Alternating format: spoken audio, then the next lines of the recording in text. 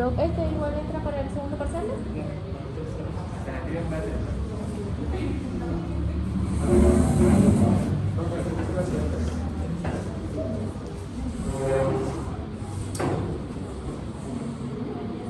Ya, compañeros, vamos a empezar.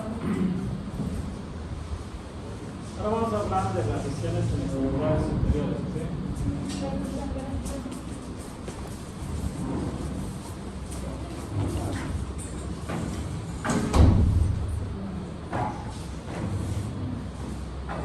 Ok. Vamos a ir abarcando todas las lesiones en extremidades superiores e inferiores, las más frecuentes. Para esto vamos a utilizar un orden establecido de cada una de las patologías. Lo primero que les voy a indicar va a ser el tema de definición, ¿no? ¿Qué es cada lesión? Lo segundo es decirles en quiénes es frecuente. Porque cada patología tiene cierto grupo de edad más o menos. El mecanismo, cómo se produce la lesión, obviamente cuál es el cuadro clínico característico para que ustedes puedan identificar. Si hay algún estudio particular que no sea útil, y luego cuándo decidir qué tratamiento le vamos a dar. Entre el diagnóstico y el tratamiento, si existe una buena clasificación es una que nos dice tiene tal diagnóstico y este es el tratamiento. Esa es una buena clasificación. Pero si hay clasificaciones que no nos sirven, no se las voy a mencionar, ¿no? Por más que aparezcan en los libros, sino que directamente les voy a dar indicaciones clínicas, o sea, cuándo se opera, cuándo no. Porque es lo primero que les va a preguntar un paciente. Les va a decir, tiene esta fractura, tiene esta lesión, ¿se va a operar? Eso para que ustedes más o menos tengan una idea de si lo va a hacer o no lo va a hacer. ¿Listo? Entonces, empezamos con la extremidad superior y hablamos de fractura de clavícula. ¿Ya? La definición está más que fácil. ¿Qué es una fractura? Solución de continuidad. ¿De qué? Clavícula. Del tejido óseo, ¿no? En este caso el tejido óseo, ¿qué es? La clavícula. Listo. ¿En quiénes es frecuente? Es un 35-45% de lesiones en el hombro, un tema de frecuencia de patología del hombro. Es más frecuente en el varón es más torpe, y se produce por caída sobre el hombro. Uno cae sobre el hombro, la fuerza se permite la clavícula y se rompe. Este en particular no tiene una edad específica, es una lesión universal que se da desde el recién nacido hasta el anciano. En el recién nacido por trauma obstétrico durante el trabajo de parto. En los niños porque se caen de los árboles, del columpio, de los jardines, de las paredes, donde se trepen, ¿no? En los jóvenes principalmente por actividades deportivas, ¿no? Adultos y adultos mayores, pues accidentes de tránsito y caídas, ¿no? Demasiadas. Eso es lo que produce normalmente la fractura de clavícula. Ahora, cuadro clínico. Toda lesión traumática siempre se acompaña de las 3 Ds. ¿Se acuerdan de las 3 Ds? Dolor. Deformidad.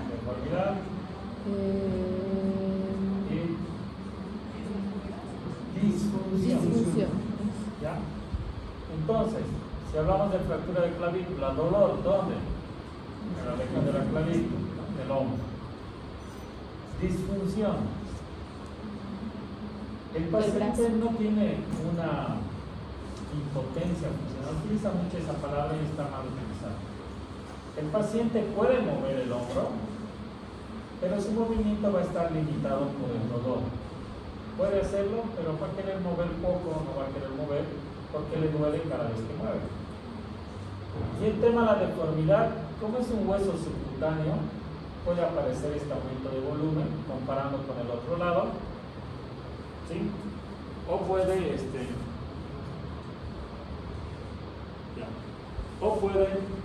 aparecer este signo. Este es el signo de la tienda de campaña, cuando se eleva así tanto, ¿no? Como arma el polvito, más o menos. Entonces eso es lo característico de una fractura de clavícula. Para el diagnóstico, para confirmar, una radiografía, es tejido óseo, ¿no? Y en la radiografía uno puede ver el tipo de fractura ¿Qué más? Tratamiento. ¿Hay alguna clasificación? Hay muchas clasificaciones para clavícula, ninguna sirve. Lo más importante es dar las indicaciones.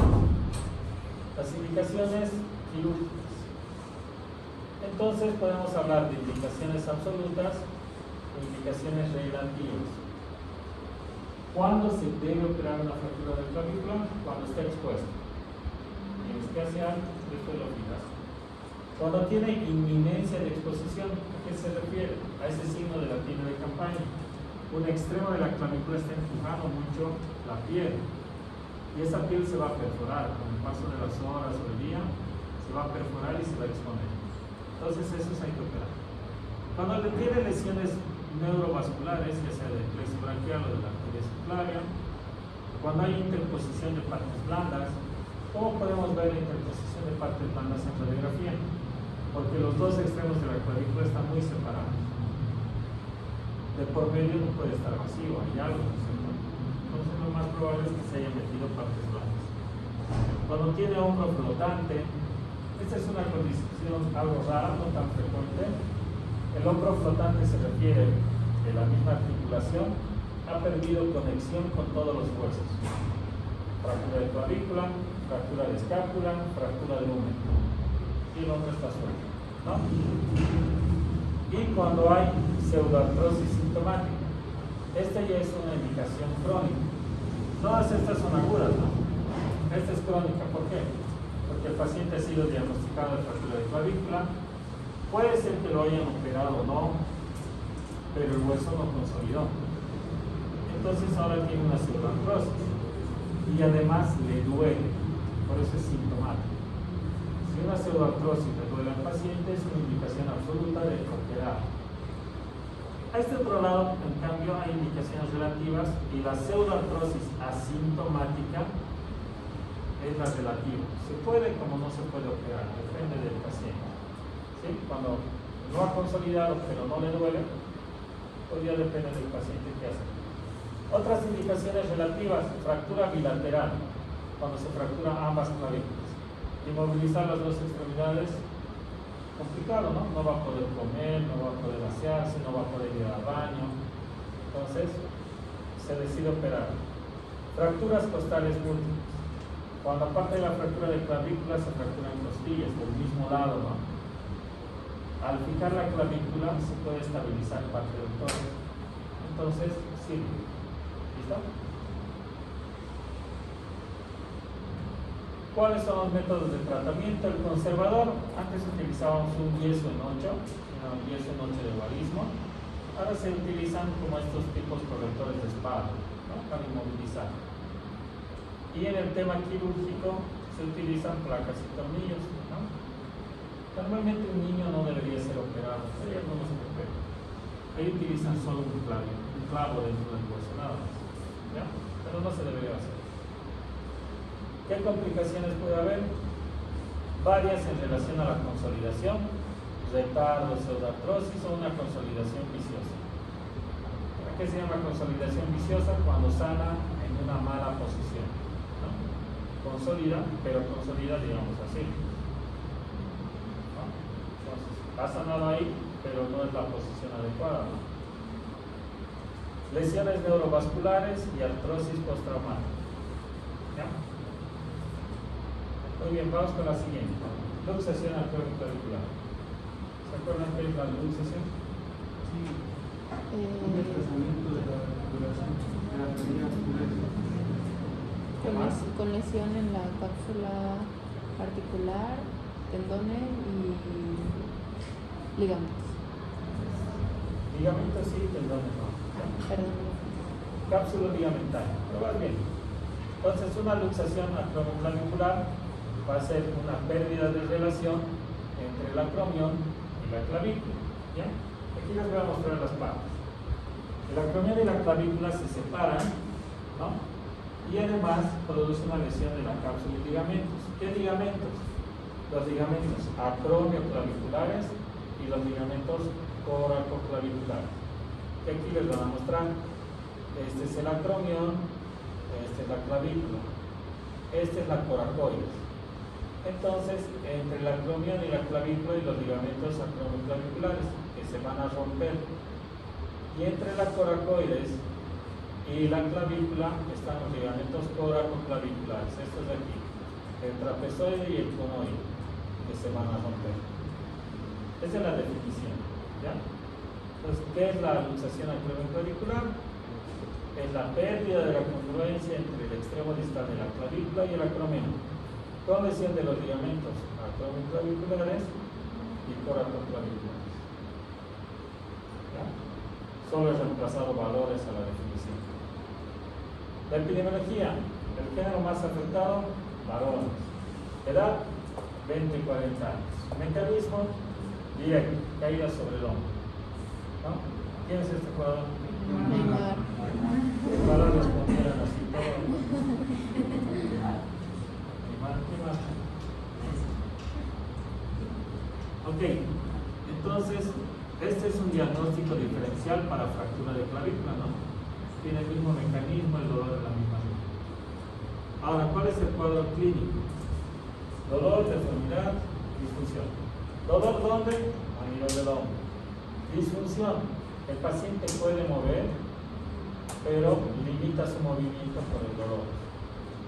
Deformidad. Esta es la deformidad característica. Se llama el signo de la pseudo-charretera. ¿Ya? ¿Qué es una charretera? Pues utilizan los militares o los policías en los hombros, ¿no? Cuando están sus grados y tienen unos flequillos que cuelgan, que hacen que se vea la espalda más cuadrada, como le gustan a las chicas, ¿no? Entonces, como aquí no se ve cuadrada del todo, sino está semi cuadrada, por eso es una pseudo charretera, una falsa charretera. ¿Ya? Estudio complementario, la radiografía. Ahí se ve la separación entre los elementos. Queremos hacer una buena radiografía, hay que jalar las extremidades para ver realmente el desplazamiento que existe.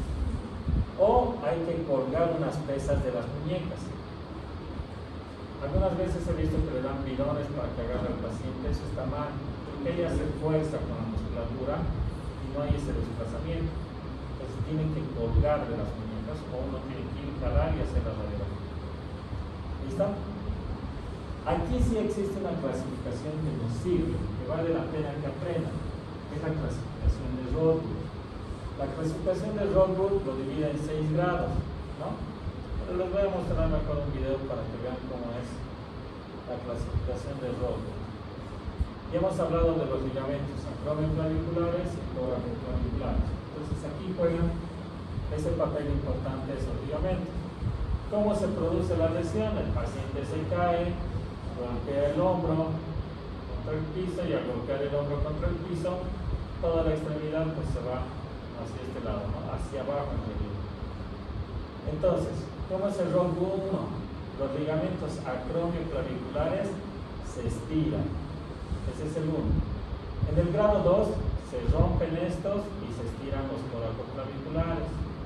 En el grado 3, esos más se rompen y la clavícula se ve como desplazada hacia arriba. En el grado 4 se desplaza hacia atrás. En el grado 5 se desplaza todavía más hacia arriba, ¿no? Y en el grado 6 está por debajo de la coracoides, que es otra posición. Esos son los grados de la luxación acromioclavicular. Aquí está del 1 al 6. ¿Por qué es buena esa clasificación? Nos mejora el diagnóstico y además nos da el tratamiento. El grado 1 y 2, tratamiento conservador. El grado 4, 5 y 6, tratamiento quirúrgico. Pero el grado 3 es un punto de controversia. ¿A qué se refiere? Que algunos pacientes operan y otros no. Pero ¿cómo decidimos eso? Por ejemplo, si Neymar se luxa, ¿lo operan o no? Sí. ¿Por qué? Porque es jugador. No porque tenga plata. Porque es jugador. Porque tiene que volver a jugar así, rápido. Si no pierde dinero, ¿verdad? Si quiere el campeonato. Entonces, depende mucho de la demanda funcional del paciente y de su actividad. Deportistas de élite pues, tienen que ser tratados lo más antes posible, recuperar pronto y volver a su actividad, ¿no? Pero por ejemplo, algún tío o abuelo que tenga. No, ¿verdad? No hace nada, está en la casa, no tiene mucha demanda. Entonces puede ser tratamiento conservador, ¿no? Pero no, una preguntita, el tratamiento conservador que dice usted, no era ideal que el paciente pudiera recuperar la funcionalidad normal. En realidad tiene la funcionalidad normal. Pero estar todos los ligamentos no es peligroso. No. Doc, entonces quiere decir que en el 3 el paciente puede elegir su tratamiento, o sea, Sí. Puede ir conservador, que es lo que usa más, o puede hacerse operar, ¿no? No, pero es que los ligamentos, digamos, se caracterizan solo. No, la cicatrización se ¿Cómo va a quedar como muy suelto un brazo? pero el movimiento del hombro depende no de la columna clavicular, sino de la glenohumeral. ¿Cuál sería la afectación que tendría? ¿Ningún problema en verdad? Hay gente que vive con su luxación y no pasa nada. Por eso es ese punto de controversia. Ok, ¿cuál es el tratamiento habitual? El quirúrgico es el tema de, por ejemplo, colocar unos clavos. Esta es la técnica de Fenister, que es bastante antigua. Este otro de colocar un tornillo entre la clavícula y la coracoides, que se conoce como la técnica de Boswell, ¿no? Y por ejemplo hay otro, este de aquí. Los otros son métodos rígidos. Colocas los clavos o colocas el tornillo, lo que buscas es aproximar la clavícula para que los ligamentos cicatricen, ¿no? Pues si los mantienes separados no cicatrizan. Y hay técnicas dinámicas donde buscan materiales que reemplacen a los ligamentos. Aquí se utiliza la técnica de Taylor. Esto mediante artroscopía se hace la perforación de la clavícula, de la coracoides. Por medio de esta broca se va a hacer pasar como una especie de hilo, sale por aquí, y eso se lo recupera por uno de los portales, ¿no? Donde se caiga el Taylor. El Taylor se hace pasar por abajo y queda enganchado con una mini placa aquí. Entonces se hace pasar eso, y ahí está la mini placa y ahí queda enganchado. Y luego arriba pues le colocan otra placa comprimiendo la clavícula para reducir, ¿no? Y se corta. ¿No? Entonces, por ejemplo, esto es lo que le harían a Neymar. Eso vuelve a jugar rápido. ¿Sí? Es un método costoso, no es barato, por eso no es habitual. ¿Ya? Muy bien. Ahora vamos con lesión del manguito rotador. Para definir la lesión del manguito rotador, primero tienen que saber qué músculos tiene el manguito rotador. Es más, el manguito rotador tiene estos músculos, que este es el subescapular. ¿Ya? En la parte posterior, vamos a hacer el modelo, ahí tiene tres músculos. El que está por encima de la espina, que es el supraespinoso, debajo de la espina, el infraespinoso, y aquí delante el redondo menor. ¿No? Esos son los tres músculos. ¿A qué se llama lesión del manguito rotador? A una lesión ya sea por inflamación o desgarro de estos músculos. ¿Ya? Aquí no hay un antecedente traumático como tal, no es lo habitual. Normalmente se da en pacientes adultos mayores, más frecuentemente en mujeres, es la tercera causa más frecuente de consulta no traumática. ¿Por qué se puede dar? Hay factores, por ejemplo el envejecimiento del manguito, el sobreuso en actividades cotidianas o repetitivas, la debilidad muscular, obviamente con la edad, menos ejercicio, más debilidad, y hay una zona hipovascular en el tendón, que eso facilita que se rompa fácilmente, ¿no? Entonces, todos estos mecanismos pueden venir juntos o separados, es variable.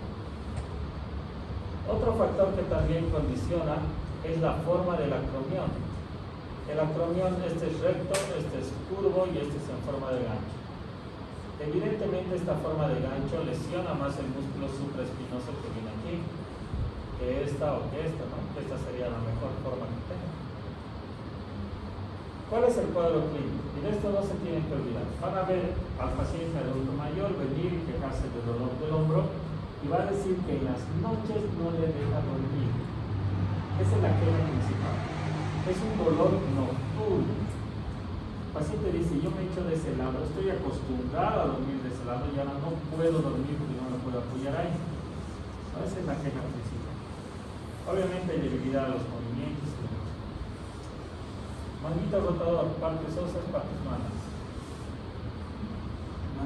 Blandas, Superficiales y profundas. profundas, profundas. Superficiales. ¿No? ¿Qué estudio le pide? Ecografía. Ecografía le pide.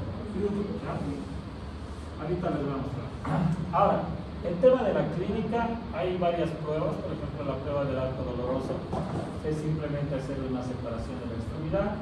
Si le duele el hombro es positivo, pero para que sea manguito rotador le tiene que doler en el rango medio.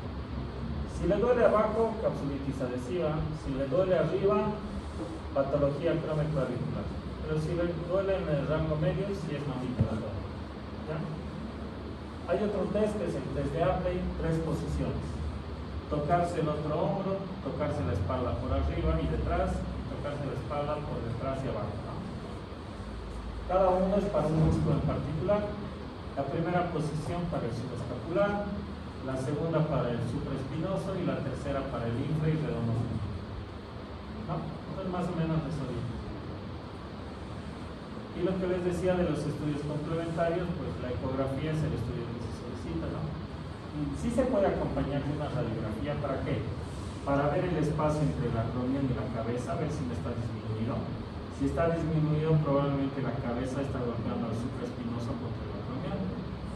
Lo otro es para ver la forma del acromion y ver si es recto, curvo o enganche, porque es un factor condicional. Pero el que nos muestra la lesión es la ecografía.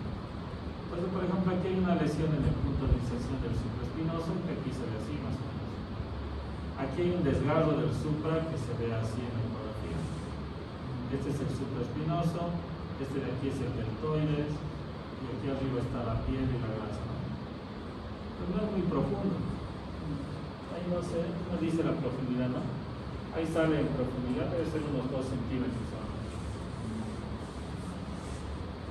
Ahora aquí hay una clasificación también que nos sirve, que es la clasificación de NIR. La clasificación de NIR nos habla de 3 estadios. Estadios 1, 2 y 3. Estos estadios son evolutivos, porque esta enfermedad es evolutiva. Esto ya puede aparecer antes de los 25 años y porque hay mayor demanda a nivel de la articulación, con edema y hemorragia del manguito, ¿no? Normalmente el paciente presenta dolores ocasionales, se pierde y el tratamiento en la mayoría de los casos es conservador. No hace nada más que tomar unos antiinflamatorios o algo parecido. En la segunda fase, donde ya hay fibrosis y tendinitis, que está entre los 25 y 40 años, el paciente presenta dolor recurrente varias veces. ¿Sí? El tratamiento también es conservador y alguna vez sí se requiere cirugía, ¿no? Dependiendo del tipo de lesión. Y en el grado 3, estadio 3, hay una ruptura parcial o completa del manguito. Normalmente es arriba de los 40 años. El paciente tiene dolor e incapacidad funcional y sí requiere cirugía. Normalmente los desgarros o roturas se deben reparar hasta los 60, 65. A veces más de esta edad, el músculo es de muy mala calidad. Colocas un punto y no agarras, se corta. Entonces, pues no, como que no vale la pena operar cuando son muy adultos. Sin importar cuál de los estadios estén, siempre se debe acompañar de fisioterapia. La fisioterapia para el manguito rotador es fundamental, porque estás hablando de patología muscular y al músculo se lo ejercita. Cuando es estadios 1 y 2, el trabajar músculos es mejorar la condición, la fuerza, la forma del músculo que se está lesionando. Cuando hablas de un estadio 3, en realidad la fisioterapia no ayuda al músculo lesionado, lo que hace es compensar. Compensa el trabajo fortaleciendo los otros músculos para que puedan suplir la función del músculo lesionado. Entonces el objetivo es otro, pero aún así sigue siendo fisioterapia. ¿Se entiende? Yo que te digo, ¿no? El doctor ha dicho que con fisioterapia se cura. Lo que haces es compensar para mejorar el movimiento. ¿Listo? Hombro congelado no vamos a llegar con ustedes, es demasiado corto. ¿Sí? No es muy frecuente. Ahora vamos, luxación prenumeral. Esto. Nuevamente la definición de luxación: pérdida de la congruencia articular de tipo permanente con lesión cápsulas ligamentares. En luxación glenumeral es pérdida de relación de la cavidad glenoidea con la cabeza del útero, ¿no? Lesión cápsula y ligamentos. ¿Qué ligamentos? Glenumerales, superior, medio, inferior. Sencilla, ¿no? Y en este caso tiene un desplazamiento anterior. Las luxaciones pueden tener 3 desplazamientos, al menos las glenumerales: anterior, posterior e inferior. La anterior es 95% de frecuencia, o sea, la más frecuente de todas. La luxación posterior va entre el 4 y 5%, y la luxación inferior tan solo un 1%. Entonces es raro. Entonces por eso vamos a hablar de la anterior. Si algún rato sospechan de una luxación posterior, normalmente hay 2 antecedentes para que eso suceda. Uno, que el paciente sufre de epilepsia, o 2, que ha recibido una descarga eléctrica. Solo en esas 2 situaciones el hombro se luxa más. ¿Ya? Después, todo lo anterior hasta que se demuestre lo contrario. Ahí está la definición.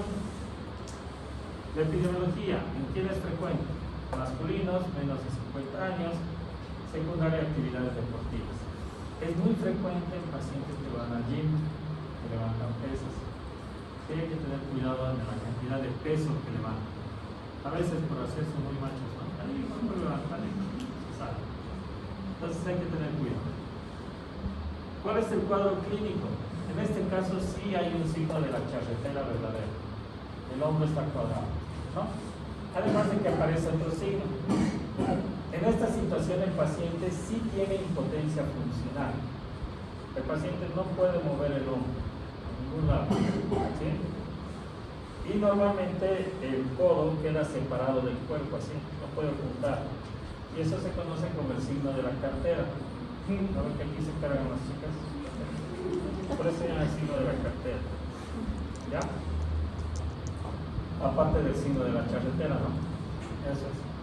Radiográficamente, pues se ve así: cavidad glenoidea y cabeza humeral separadas, ¿no? Eso es. ¿Cuál es el tratamiento de la luxación? Ya hemos avanzado esa clase. Tracción, tracción y contracción. Reducción. Ahora, ¿cuáles son los pasos de la reducción? Tracción, contracción. El primer paso, ¿qué es? Traccionar. Nada. Movilizar. Nada. Analgesia, aliviar el dolor. El segundo paso. Acomodación. Tracción. Tercer paso. Manipulación. Y el cuarto paso. Más analgésico. Inmovilización. Inmovilización. ¿No? Entonces lo mismo se hace. Para reducir el hombro hay 1000 maniobras para hacerlo. La que más hacemos es esta maniobra de coge. Hacemos una tracción, hacemos rotación de la extremidad para que se desenganche la cabeza, ¿sí? Luego juntamos el codo para que, como en la displasia, juntas el codo, sale la cabeza, ¿no? Juntamos el codo y giramos hacia adelante. Y ahí se reduce. ¿Ya? Eso es. Ahora, obviamente, el problema de la luxación de hombro, porque el hombro es una articulación de gran movimiento, es la recurrencia. Es una lesión altamente recurrente, recidivante. Y si un paciente que ha tenido una luxación durante el primer año se vuelve a luxar, al segundo año seguramente lo va a hacer 2 o 3 veces más. Entonces va a terminar con una inestabilidad del hombro. Hay pacientes que ya saben sacar su hombro y se lo colocan, ¿verdad? Pero no pueden hacer esfuerzo, se sabe, ¿no? Y estos pacientes con inestabilidad crónica sí requieren cirugía. Pero el tema es que la cirugía produce limitación funcional. El hombro es una articulación de gran movimiento, se Si la estabilizas, limitas el movimiento, sacrificas, ¿no? Estabilidad con movimiento. Si quieres que sea móvil, se queda inestable, ¿no? ¿Se entiende? Sí. Muy bien. Y fractura de húmero proximal. Este va a ser el último que vamos a hacer. Voy a llamar tu tiempo. ¿Ya se empezó? Dale, dale. Ya. Fractura de húmero proximal, definición, solución de continuidad a nivel del húmero proximal. ¿Pero qué implica el húmero proximal? La cabeza, las tuberosidades mayor y menor y la zona metafisal, que es conocida como cuello quirúrgico. ¿Por qué?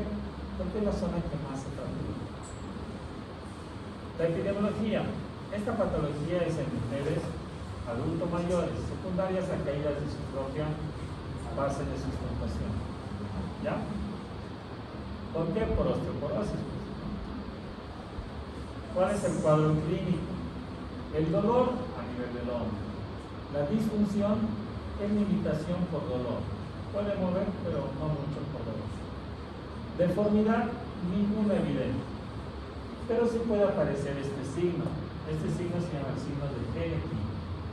¿Ya? Se van a acordar con la cerveza Heineken. Pero este es Henneken. ¿En qué consiste el signo de Henneken? Es una equimosis en la cara interna del brazo, la axila y la cara externa del tórax. Lamentablemente se presenta entre el 30 a 40% de los pacientes y aparece a los 2 a 3 días, 48 a 72 meses. No es un signo temprano. ¿Qué estudios van a solicitar? Una fractura, radiografía. ¿Y radiografía de qué? De Tórax, hombro derecho, brazo derecho. Tienes que pedir de hombro, húmero proximal. Entonces pides una P y una axial de hombro. ¿No? La P así se ve y así se ve la axial. ¿No? Ahora, aquí hay otra clasificación que nos sirve, la clasificación de Nitz. Esta parte tienen que entender primero si la fractura es o no es desplazada. Si la fractura tiene una separación más de 1 centímetro o tiene una angulación más de 45, es desplazada. ¿Cómo es la angulación más de 45? Que el fragmento se haya girado. Eso es angulación, ¿ya? Si tiene esto, es para operar. Si no tiene, no es para operar, es conservador. Ahora, una vez que saben que es para operar, tienen que ver si la cabeza va a sobrevivir o se va a morir. ¿De qué depende eso? Si recibe o no recibe sangre. Para que reciba sangre tiene que estar pegado a una tuberosidad o a la metáfisis. Entonces, por ejemplo, esta fractura de aquí, ¿va a vivir o no va a vivir? No, entonces requiere prótesis. ¿Esta de aquí va a vivir o no va a vivir? Sí, está pegada a la tuberosidad. Y la tuberosidad tiene 3 músculos pegados, va a vivir. Entonces aquí se hace osteosíntesis, placas y tornillos. Aquí, prótesis. Aquí, prótesis. Aquí, placa y tornillos. Aquí, prótesis. Aquí, placa y tornillos. Aquí, placa y tornillos. Más o menos esa es la idea, ¿se entiende, no? Entonces aquí está el algoritmo. Fractura de húmero proximal, menos de 1 centímetro, 45 grados, no desplazada, tratamiento conservador. Más de 1 centímetro, más de 45, se considera desplazada. La cabeza se va a morir, prótesis. La cabeza no se va a morir, osteosíntesis. ¿No? ¿Qué es la osteosíntesis? Se puede colocar clavos, ¿no? Aquí tiene una fractura del cuello quirúrgico que va hasta aquí abajo. Se puede utilizar placas, por ejemplo, aquí está la fractura, ahí están utilizando placas, ¿no? Estas placas pero ya no se utilizan tanto. ¿Por qué? Porque ¿cómo se sujeta la placa? La cabeza del tornillo empuja la placa hacia el hueso para que se adoce y sujete. Pero ¿qué tipo de hueso tienen estos pacientes? Mujeres, adultos mayores, de mala calidad, ¿no? Es como ponerle tornillos a ladrillo hueco, Sí, reflejo. no va a agarrar nada. Entonces se utiliza una placa especial, que es esta de aquí. Esta es una placa bloqueada. ¿A qué se refiere? Los tornillos no solo se enroscan al hueso, sino que la cabeza del tornillo se enrosca a la placa. Y al enroscarse el tornillo a la placa, se queda en una posición. Aquí hay hueso sujeto, no hay hueso, sigue en esa posición el tornillo, porque no depende del hueso que está ahí fijo, depende de lo que se enrosque en la misma placa, ¿no? Entonces eso se utiliza para huesos de prótesis. Y luego el otro es la prótesis. Y hay dos tipos de prótesis. Esta de aquí, que es la prótesis anatómica, y esta de aquí, que es la reversa. ¿Y por qué hay esto? Paciente adulto mayor, ¿qué tiene aparte del manguito rotador? Degeneración del manguito, ¿no? Debilidad del manguito. Entonces, aparte de que se ha fracturado, colocar los músculos aquí a la prótesis, a veces no trabaja, no funciona. El paciente no puede mover. Entonces, ¿qué se hace? Se hace un cambio de palanca, la biomecánica cambia. En vez de que el fulcro o el punto de giro esté aquí en el húmero, lo cambias a la escápula el punto de giro. El brazo de palanca se modifica hacia otro extremo y ya no necesita los músculos del manguito rotador para funcionar. Lo que utiliza es el músculo deltoides, ¿no? Y con el deltoides puede levantar. Entonces se hace un cambio de la biomecánica para que funcione. Y estas prótesis funcionan muy bien, trabajan muy bien, tienen más éxito que estas que son anatómicas, ¿no? Pero no son funcionales. Entonces hay que saber cuándo utilizar cuándo. Eso es, jóvenes. No. Ah, sí, listo.